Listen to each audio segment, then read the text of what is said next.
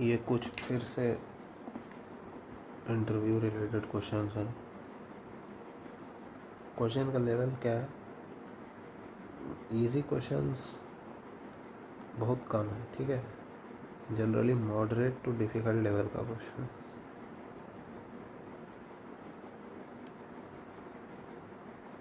अब जैसे पहला क्वेश्चन है, अब इसको पूरे को मेरे को मिटाना पड़ेगा क्योंकि पूरा बोर्ड क्वेश्चन से भर गया है। एक एक करके देखना पड़ेगा। इंटीग्रेशन पी डी वी और माइनस वी डी पी के लिए कंडीशन क्या है और क्यों है? वर्क डन बराबर इंटीग्रेशन पी डी वी के लिए कंडीशन जो है, सबसे पहले तो एक क्लोज सिस्टम के लिए लगता है। दूसरा चीज़ कि प्रोसेस जो होता है वो रिवर्सिबल मैनर में कराया जाता है। रिवर्सिबल से ज़्यादा अच्छा रहेगा quasi static plus no frictional losses, इन दोनों को मिला कर रिवर्सिबल कह देते हैं। अच्छा, ये एजम्पशन क्यों ज़रूरी है इस एक्सप्रेशन के लिए? ये एजम्पशन इसलिए लिखना ज़रूरी है कि देखो, वर्क डन होता है फोर्स इनटू डिस्प्लेसमेंट।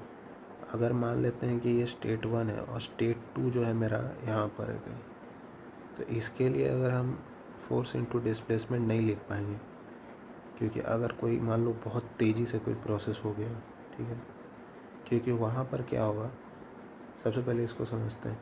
जैसे ये स्टेट 1 था, ठीक है, अब इसको एकदम क्वासी स्टैटिक वे में धीरे धीरे करके एकदम जस्ट इसके पास है पिस्टन, ठीक है, तो इस केस में क्या होगा, क्वासी स्टैटिक प्रोसेस में क्या होगा, इस सिस्टम में जो प्रेशर होगा वो यूनिफॉर्म होगा, ठीक है।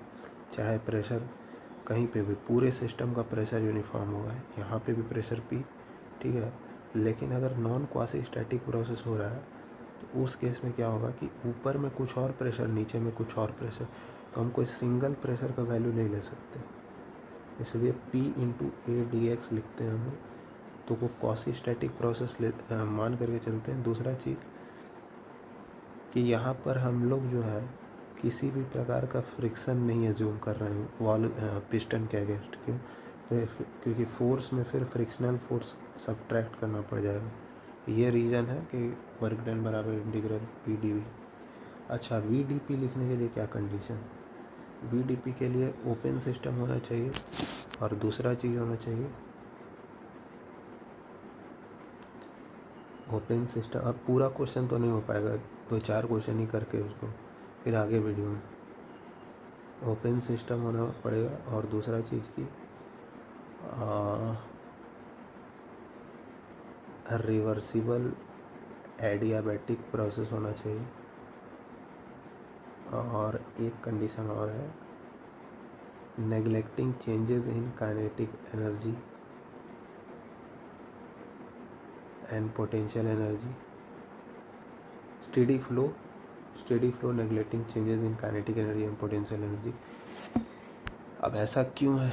ऐसा इसलिए है कि स्टेडी फ्लो एनर्जी इक्वेशन क्या होता है?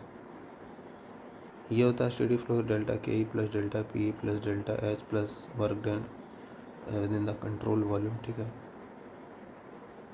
अब इसमें अगर हम काइनेटिक एनर्जी को नेगलेक्ट कर दिए, पोटेंशियल को नेगलेक्ट कर दिए, heat loss, reversible adiabatic process में हीट इंटरेक्शन जीरो होता है। अब एडियाबैटिक प्रोसेस के साथ साथ रिवर्सिबिलिटी का कंडीशन क्यों आया है वो इसके बाद पता चलेगा, ठीक है। तो यहाँ से वर्क डन कंट्रोल वॉल्यूम का क्या आ जाएगा, माइनस का, ये डेल्टा एच की जगह ज़्यादा अच्छा रहेगा कि डी एच लिख देते हैं, छोटा सा work done del W C V equal to minus का डी एच, ठीक है। अब दूसरा कंडीशन लाते हैं टी डी एस रिलेशन से, टी डी एस बराबर डी एच माइनस का वी डी पी, ठीक। इस रिलेशन के लिए हमको क्या इसमें इस डी एस को ज़ीरो रखना पड़ेगा। अब डी एस ज़ीरो कब होगा? जब प्रोसेस मेरा रिवर्सिबल एडियाबैटिक प्रोसेस हो, तब जाकर के डी एस ज़ीरो होता है,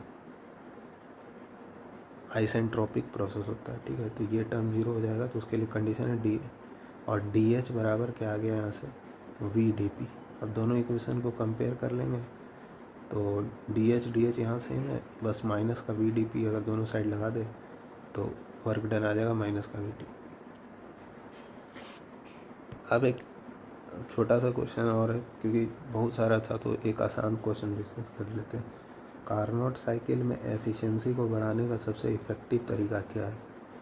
एफिशिएंसी होता है 1 माइनस का T L by T H. हम दो तरीके से एफिशिएंसी को बढ़ा सकते हैं, या तो टी एच को कम कर दें, नहीं टी एच को बढ़ा दें, या टी एल को कम कर दें। ठीक है, तो ये याद रखना है कि टी एल को कम करके हमको ज़्यादा एफिशिएंसी में इंक्रीमेंट मिलेगा। ठीक, टी एल डिक्रीज़ करके एफिशिएंसी ज़्यादा बढ़ेगा। ठीक है, एक क्वेश्चन और था कि डेल क्यू बाई टी क्या है, क्या ये प्रॉपर्टी है? रिवर्सिबल प्रोसेस में del Q by T property है, तो हाँ रिवर्सिबल प्रोसेस में ये डेल क्यू बाई टी जो है प्रॉपर्टी होता है। ठीक है, क्यों?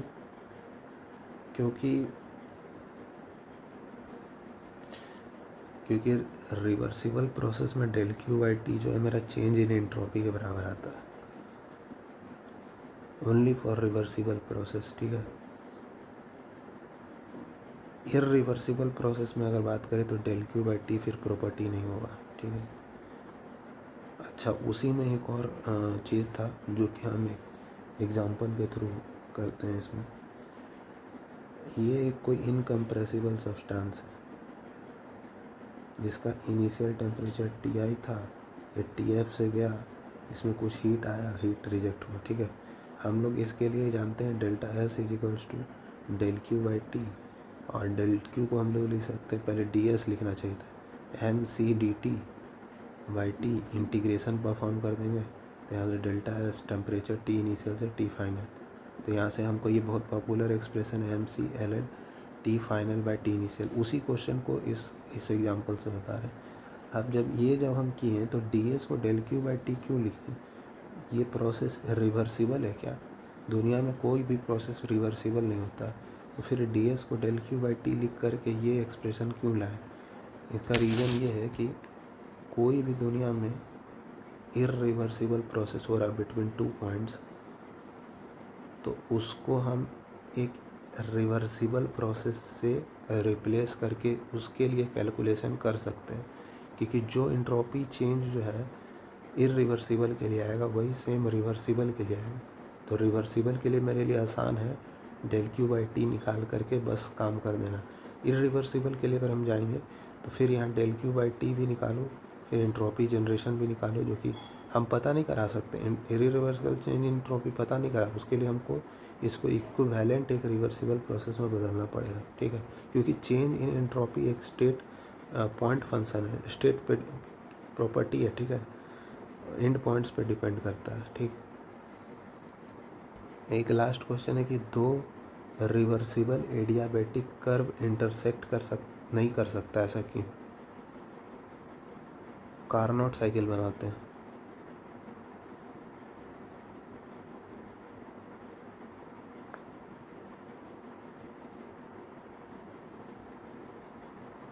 ये थोड़ा गलत है डायग्राम, तो ज़्यादा टिल्टेड है, फिर भी समझने लायक है। ये हीट एडिशन हो रहा है, ये हीट रिजेक्शन हो रहा है एट कांस्टेंट टेम्परेचर। ठीक है, अगर हमको क्या कराना है कि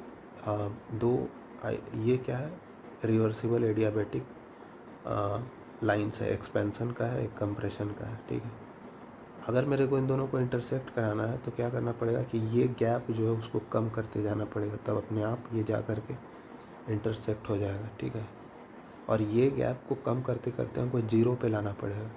तो जब ये गैप ज़ीरो पे आ जाएगा तो इट मीन कि हीट रिजेक्शन ज़ीरो हो गया। हीट रिजेक्शन ज़ीरो हो गया तो क्या हो जाएगा कि